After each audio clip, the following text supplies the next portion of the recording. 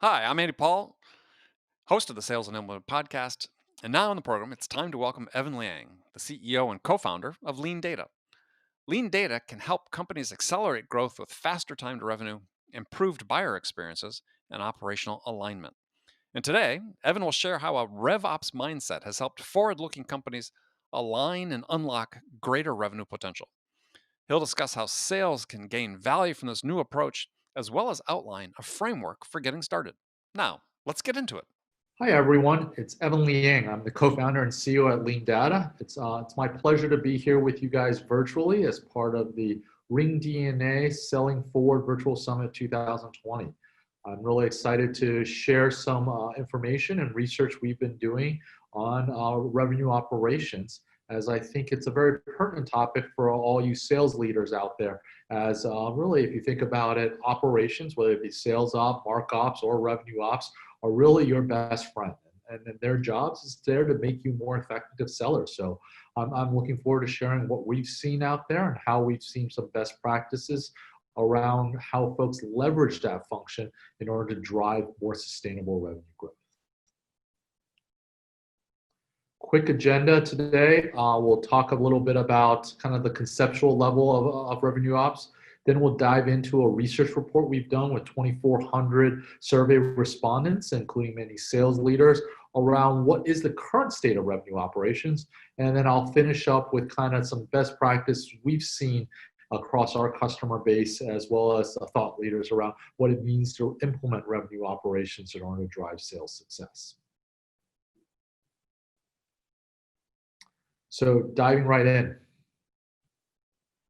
So what is revenue operations? At the high level, I like this. I'm an industrial engineer, so I really like the idea that revenue operations is really around the function that designs, manages, and tracks kind of your go-to-market experiences across the entire life cycle. I think Craig and Topo really describe it as they're the folks who are really driving supply chain for revenue. So if you think about the inputs being basically interest from your customer, the outputs being revenue operations guide that entire process. And it really is, it's this notion of working across sales op, marketing ops, and customer operations. And I think that theme is even more critical today as we are working through what is a challenging time while we're all sheltering in place, working from home in a COVID environment. The goal of doing this is really around busting down functional silos. If you look at each of these operational groups, whether it be marketing ops, sales ops, and customer success, what you notice is they do very similar processes within each silo. They're all doing planning, processing, infrastructure, data, and people. And by doing them in silos, it's just not as efficient. And one I would highlight for today's environment is really around, even if you're just a sales rep, I'm sure your companies are thinking so much more about customer success than you ever been. When it's tough times to sell, the idea of retaining logos and expanding your existing customers is something that we're hearing about all the time from a lot of our customers, our fellow companies, and ourselves. And so if you're just thinking about driving your ARR or sales through sales ops, that's not enough. You have to add in and integrate with customer success ops as folks are trying to figure out where's the best way to drive their revenue in order to hit their objectives. And so I think this is when the notion of holistically understanding your go-to-market across all those channels matters much more than ever than before. I would postulate that similar to digital transformation, you're going to see in a post-COVID world where the best organizations have really embraced this notion, and they're going to come out being much more leaner and meaner and more agile because they figured out how to work together and have broken down the silos that they had beforehand. Those are the companies that are going to come out of the post-COVID world a lot stronger than the ones that continue to operate in this rigid way in each of these individual silos. And the folks that do it are going to be the winners. And this is what the analysts are really honing in on, is that the companies, and this was post-COVID, pre-COVID, sorry, that they were already growing faster. They were growing their revenue engines 12 to 15 times faster and 34% more profitable. Topo had gone out there that this is truly a game changer. And I think this COVID environment is just accelerating that. You're going to see the companies, again, that understand how not just to land, but expand, and how to be more efficient and effective and deliver a better customer experience. They're going to be the ones who are going to be winners. And so I believe revenue operations is a trend that was already taking off, and we'll show you the data, but it's really going to accelerate. Kind of like online grocery shopping, and the amount of demand that's pent up for it now, and that's going to be it's going to be here to stay. And I firmly believe in that as a trend, and this is why this is an important topic, even if you're not in operations. Here's a quick framework that we've kind of used here internally to think about the key elements of revenue operations. So the bottom two things are really the foundational elements. Revenue operations really is born out of managing systems like your Salesforce system, your marketing automation system. And so the systems layer really allows us to build a scalable system. And then on top of that is the data that goes in there. It's this notion of garbage in, garbage out. And as a sales leader, you constantly know that if you give your sales reps bad data, it just hinders their ability. How many times when the leads are crap, right? Or it's the wrong account information, it's the wrong segmentation. So you have to have that great foundation of data. So it's data plus systems is built the foundation. And then the processes every company runs through are all the same, which is really around planning, execution, and analytics. And this is an iterative process that you're going to run through over and over again. So that's really how we think of the framework in terms of the best way to kind of set up your RevOps. And I'll talk about best practices in each of these further down in this webinar. And as I started with, the revenue operations, when done well, are really sales' best friend. They just make your life so much easier and make you so much more efficient and effective.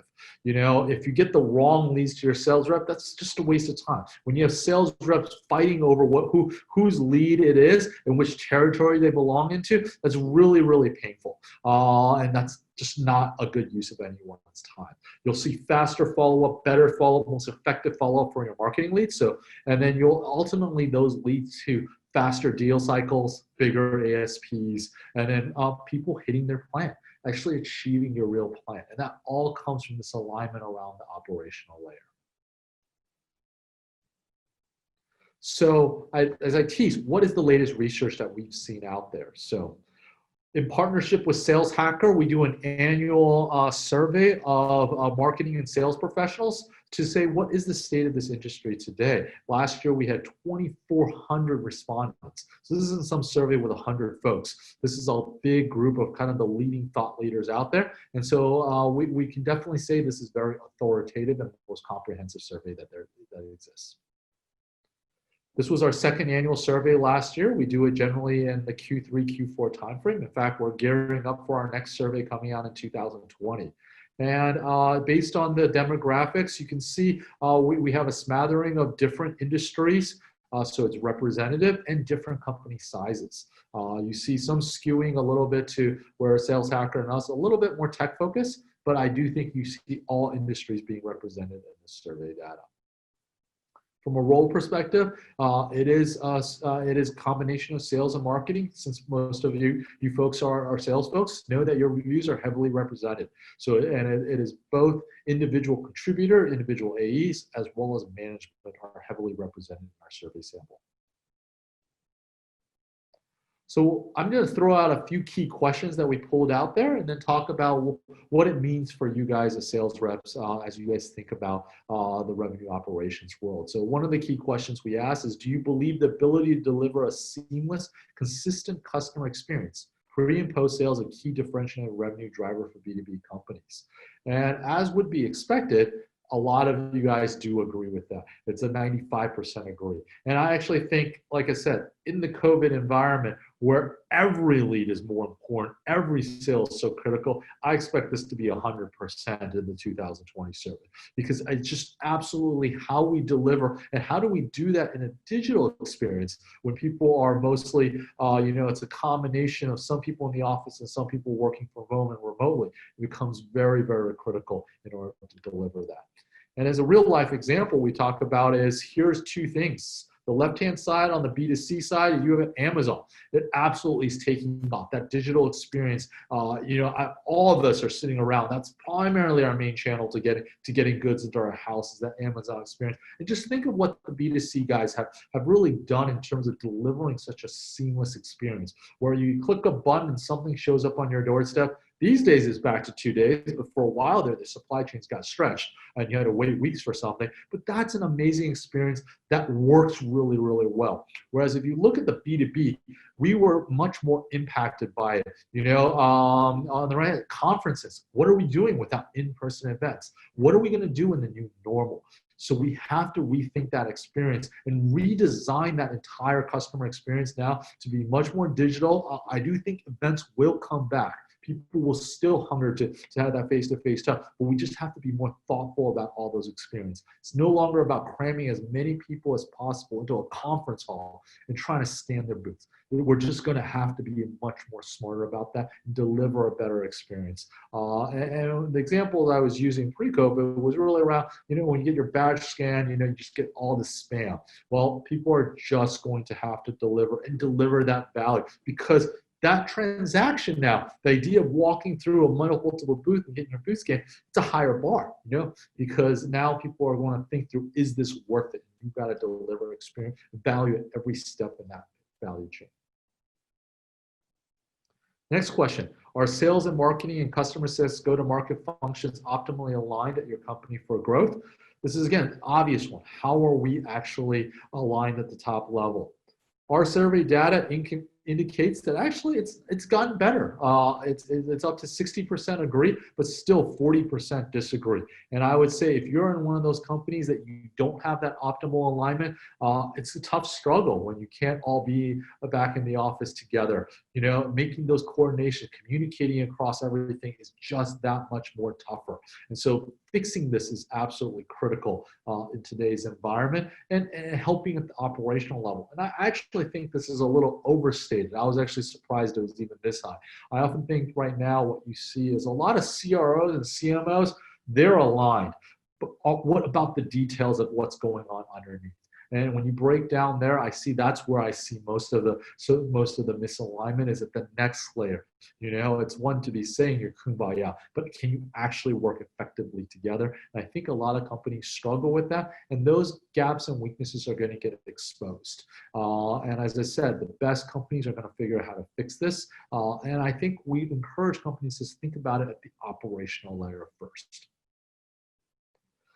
But the companies that do it, the good news is they grow faster and they have higher profitability, and they're probably being more agile in today's environment and responding to COVID, right? Those are going to be the companies, again, who are going to be stronger. And so over time, you're going to see a shift to the ones who are more agile and nimble are going to be the winners in today's environment. So this begs the question, how many people of your colleagues out there have actually moved to revenue operations? And the good news is, like I said, it was already climbing pretty fast. So we did the survey in 2018, 2019. We're gearing up for 2020. In 18, about 35% either had a revenue operations function or were thinking of building one. By 2019, that had increased to 58%. And that's really important here. These 58% means the majority have moved over. So if you aren't thinking about this, you are now going to be in the minority. And I believe in 2020 and this COVID is going to accelerate this trend. There is going to be even more folks who are moving towards thinking about how to align their operation. And when we say about this, it doesn't mean you have to change your titles or anything. It's just the spirit and strategy of working together is what's key. And a lot of companies are already embracing that. So this is really, really exciting. It blew us away in 2019, and I can't wait to share what we'll see in 2020. But there are challenges. And this is where it's really important as salesmen that you guys play a part in helping make this happen, because you guys do have a lot of say and authority in many of your companies. You guys are the folks who are driving the revenue. And so if you guys get on board this and advocate for this change, I think we will help, it will help drive that trend line more, and you guys will be the beneficiaries of it. So here are the common barriers to adoption. And really the theme here on a scale of 1 to 10 is there are a lot of them, right? All the way from culture to resourcing to the siloed data to your company's just not ready to do this. And then on the one on the bottom here, it's the low understanding and awareness. Let's solve that one first. So I appreciate you guys being on this video. And I think we are going to get over that. I expect that one to continue to drop. Culture, that one's always tough, right? That's company specific, and you may or may not be able to completely influence that. But the middle ones, layers around organizational maturity, fixing the data silo, bringing leadership support, that's something that we can all work on together to get better. Because change is hard, right? So when you ask who wants to change, everyone doesn't. Who wants to change themselves, it's much less. Now, I think with every crisis that brings us an opportunity, and so there is a silver lining in all of this, and that is that in today's upheaval of what's going on there, change is the only constant right now. Whether or not you're the 20% that's just overwhelmed with demand because of COVID, or you're in the 60% that have since a hit, or you're in the 20% that's been completely disrupted. The only name in the game here is change. All we know is very few people are doing exactly what they were doing pre and post COVID. So when there's an environment of upheaval and change, that's also an opportunity to figure out what's the right change to have going forward. And I think that is really the state we're in right now, is that everyone has to change. And so therefore, it's the best time to introduce sensible change that gets you to be better on the other side. So what are some of those best practices? What is it that you can help folks do? So the first thing is to recognize that these folks all need to work very closely together. The idea, and it doesn't have to be a title of RevOps. Don't wait until someone actually is hired with that. This could be a coalition of the willing, right? So, it's the understanding that sales ops needs to understand what customer success ops is, especially if you're retaining logos and trying to land and expand. It's understanding that, sales and marketing need to be closely aligned at the operational layer. One of the big drivers of this operational is, 10% of leads used to go somewhere just to die. That's what we see in our business and our customers. There's this black hole. Well, that's okay when you're growing nicely and you can throw money at, but in a budget-constrained environment, every lead now matters more than ever. So the idea that your sales ops and market ops people aren't handing off things correctly, that's just not acceptable in today's environment. And that's going to be, again, a driver why those groups need to start working much closer together. So make sure that your departments understand that these folks need to have visibility into each other. And over time, they probably should be on the same team together. The tech stack, I think we continue to see an explosion in the adoption of technology, and we're going to continue to see it, but we're going to see something a lot more consolidation. I'll talk about an example later on, but make sure you're aligning your tech stack, that you're leveraging it, and that you have a stack that works well together. That's kind of a key thing, and if you've got technology you're not using, make sure everything is must-have, but just not nice to have. So on data, that's a starting point. How do we fix the data and make it there? And what are the things that you guys as sales reps should demand from the folks who are in operation to make happen? So a concrete example that's obviously near and dear to our heart is really around, hey, how do you leverage your data much better? So one of the things that we do is around matching data, specifically around this area of lead to account matching. And this is an area where it's not just about getting more data. It's about making most of the data you have. So most companies today are, if not so, are driving much more towards account-based. You really are having to target accounts. If you were previously targeting the travel industry for now, you probably had to pivot into another industry because that industry is really, really struggling. So figuring out who your target accounts are really, really important. But then how do you get as much information about target accounts as possible without having to spend tons of money just on enrichment? These budgets budgets are constrained? Well, the answer is just leverage your existing data a lot more. If you can actually match up all the leads underneath the existing account, that's an example of something that RevOps can deliver to you that would make your life so much easier. Stop hunting and pecking and querying and wasting your time. On average, we see companies, sales reps spend 15 minutes for every single lead to figure out if it's the right company that they should be following up with. That's just wasted time. The ops teams can deliver a much more seamless experience by making the data more useful, quality versus quantity. So that's a concrete example of the types of things that RevOps can really do better. They can also, by the way, help you with making sure you have the right data, helping you realign your territories, helping you make sure those accounts, all this stuff, all the investments you make in data today are going to pay off, not just in the short term, but in the long term. So getting this foundation, but you can't have your marketing ops team working on one set of data and your sales ops team working on another set of data and customer success working another. They all have to be working off the same data so it's consistent across that entire spectrum. So as a sales rep, you see the dirty data, you interact with it, demand that it be as good as possible so you can do your job better. On the planning side, I think the big thing is, I think what we need, what revenue operations set up to do is to make it more dynamic. You want an agile process, and you shouldn't have to be beholden to the one time a year sales planning process. If your company still does that, just look at what happened this year. I'm sure everyone did their 2020 planning. Everyone probably had to replan in the last 2 or 3 months because of the dynamic change. The best-in-class companies we're seeing out there who have adopted revenue ops, they're not just planning one time a year. They're planning quarterly, and they have the ability to plan even faster than that because they have an agile process. That's a competitive advantage in today's marketplace. They're the ones who are adjusting their plan, quotas, territories, and plans based on what's happening out there versus a company having to wait 3-6 months. That's too late. You've got dispirited sales reps who aren't making their number and you're not hitting the right targets, and that is wasted time that you will never get back. So planning is a critical part of the RevOps function in terms of driving efficiency. And like I said, best practices is more dynamic and faster planning. On the execution side, it's all about automation. And this is where RevOps really shines. It's the ability to take the entire process, design it holistically, and make sure that every single step is as automated as possible, reducing manual steps and delivering a seamless experience.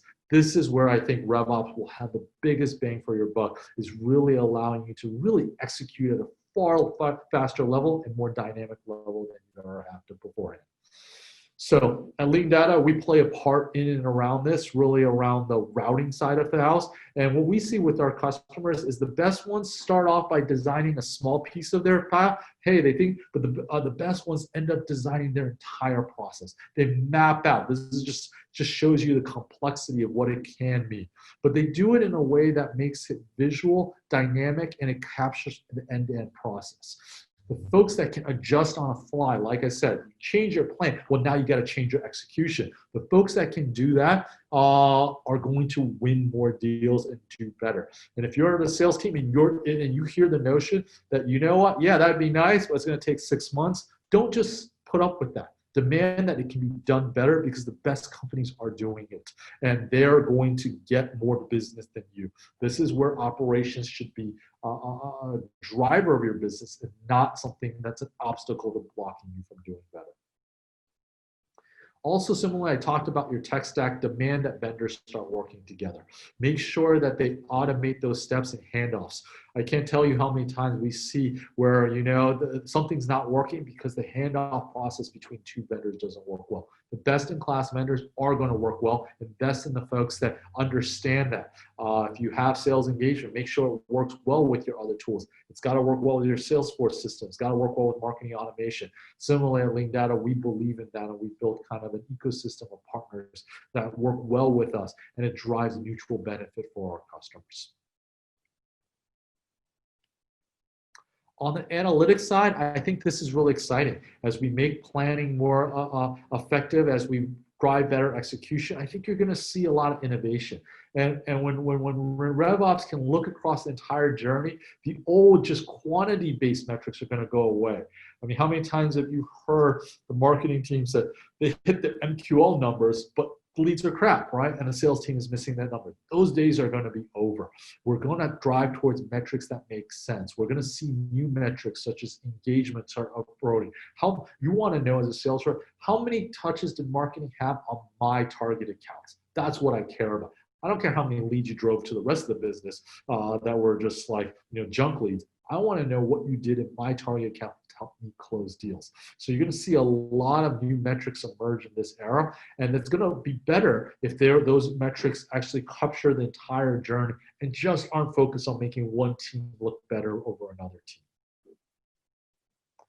And in fact, I would postulate that when we look across the entire funnel, we're going to have an ability to not have these massive drop-offs. The current funnel is really inefficient. You have these huge drop-offs in conversion rate. Now, if RevOps can do better planning, better execution, and give you better metrics, I would like to see a fatter funnel where the conversion rates start improving at each step. We shouldn't be putting up with those drop-off rates that we see today. We should be able to improve those so that people who come into the top of the funnel are qualified, are better, and we deliver a better experience and close more deals. And so ultimately, this is kind of where it gets back to this framework of systems, data, planning, execution, and analytics. And I'd encourage that, it's just like sales folks, there's always more business to be had. And similarly, from the operation perspective, you could always make your systems better. So that's why I kind of say it's better, but never perfect. It's a continuous journey. It's constant iteration. But you want to make sure your ops teams are doing that on your behalf. Things should always be going forward and getting better. And the best ops teams understand that. In fact, what's funny is amongst our customers, the best customers, guys who we think are leading, they're the ones who are constantly asking the most questions. They're like, what can we do better? Who else is doing this? It's ironic. The folks that never talk about it, they're actually the laggards. So if your team, your operations team, isn't constantly trying to press the envelope, go out there and get out there and learn best practices, push them to do that, right? They should be as enablers. They shouldn't be the resistors. And so that's what we see, this iterative process, and the best ones are always constantly improving. In closing, I think this topic around revenue operations is going to become more important. I think sales people need to understand what's going on and help drive the change, because you guys are going to be the biggest beneficiary user. And the companies that do this best are going to have sustainable growth, not just new business, but also upsell and retention, and help your teams drive it. Make sure that they're thinking about this. Don't just put up with these functional silos existing in your networks, because it's ultimately slowing and hurting you down. And automate as much as possible and leverage the systems out there, the mission critical systems to make that happen. At LeanData, we're helping lead this charge. We're working with a lot of the top thought leader and companies out there in terms of automating their operation system. We primarily focus around matching, routing, engagement, and attribution. So we really help folks around that layer of really the handoffs between your marketing and your sales, or between your sales and your customer success team. And we've been fortunate to work with some of the leading companies out there. And a bunch of our companies have actually have benefited from this COVID, and we've had to work with them even stronger, because whether or not you're benefiting from it or you're hurting from it, everyone is going through change today in today's environment. If you want to learn more about us, please come to LeanData.com. We do a bi-weekly live product demo of how we help with some of the leading companies out there. And then if you want to learn more about RevOps, please download the report. We'll be starting our next report fairly shortly. We partner with a number of organizations like Saleshacker to make that happen. So I'm sure you'll be getting a notice. Please respond. We'd love to hear what you guys are doing. We really much see this as an evolving marketplace, but one that is going to benefit from this current trend out there. That's all I have. Thank you for spending the time with me today. I hope you found this useful, and looking forward to working with you guys to really drive this change going forward.